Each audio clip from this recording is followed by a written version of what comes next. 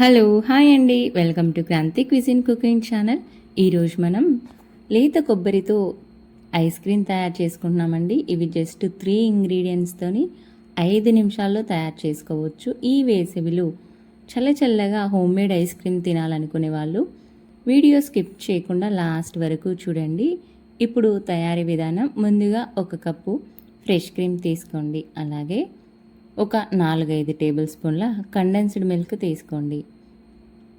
ఇవి వచ్చేసి 1 కప్పు లేత కొబ్బరి అండి. లేత కొబ్బరి అనేది ఇంత లేతగా ఉండాలన్నమాట. ముదిరిపోయింది తీసుకుంటే అంత ఫ్లేవర్ రాదు. ఈ లేత కొబ్బరిని ముక్కలుగా కట్ చేసుకున్న తర్వాత మిక్సీ జార్లో వేసుకోండి. అలాగే 1 కప్పు ఫ్రెష్ క్రీము, ఒక 4-5 టేబుల్ స్పూన్ల కండెన్స్డ్ మిల్క్ మిక్సీ పట్టుకున్న తర్వాత ఇంత స్మూత్గా రావాలన్నమాట. చూసారు కదా, ఇలా స్మూత్గా వస్తే బ్యాటర్ అనేది బాగుంటుంది.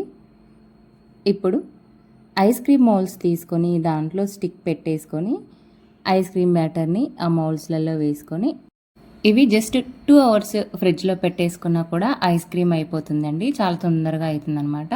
మిగిలిన బ్యాటర్ని కప్పులలో వేసుకొని డీప్ ఫ్రిడ్జ్లో పెడుతున్నాను నేను.